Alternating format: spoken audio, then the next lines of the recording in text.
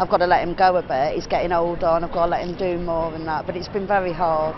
No, you feel like the world's on your shoulders when you're growing up though, don't you? Because you've never experienced anything before, so everything seems like a really big deal, doesn't it? I hate the idea of, especially because she's a girl, letting her go out and experience this world on her own. It can seem like only yesterday that they were toddlers, and the next minute they're taking your car keys and they're going off on their own, be back, see you sometime. And actually adjusting to those changes is a real challenge, but actually it's also a really exciting time.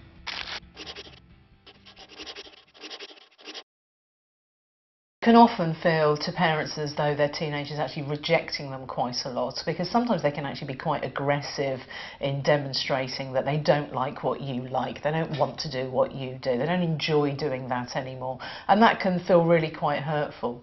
But it's really important to understand that actually this is just about them creating distance, and it's more of a psychological distance than anything else. I used to watch her going everywhere, up and down the street and things like that, but you know, she's grown up now, you've got to be your own person. It's also essential that they know that you are still there for them, that they still have someone that they can turn to for guidance and support.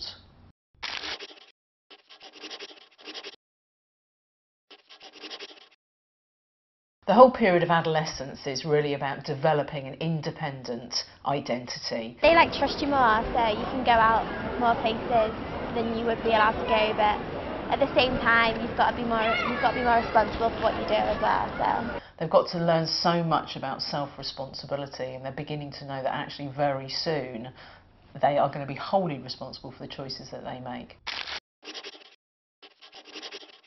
My oldest daughter's just turned 16 and she's a nightmare. My dad just like shouts and tries to send me to my room and stuff. Holding on too tightly to a young person is actually more likely to create distance. Allowing them to see that you respect the decisions that they make and the choices that they're making will actually help them to grow up to have a more independent and adult relationship with you. Teenagers can be incredibly moody, and their personality can seem to change from day to day. I got sent to live at my dad's and stuff like that. It was quite, but she got used to it eventually and we sorted it out. The most important thing as a parent is just to be consistent, to be there for them whatever their mood is, and just to recognise and accept that unfortunately this is just normal adolescent behaviour. It's hard.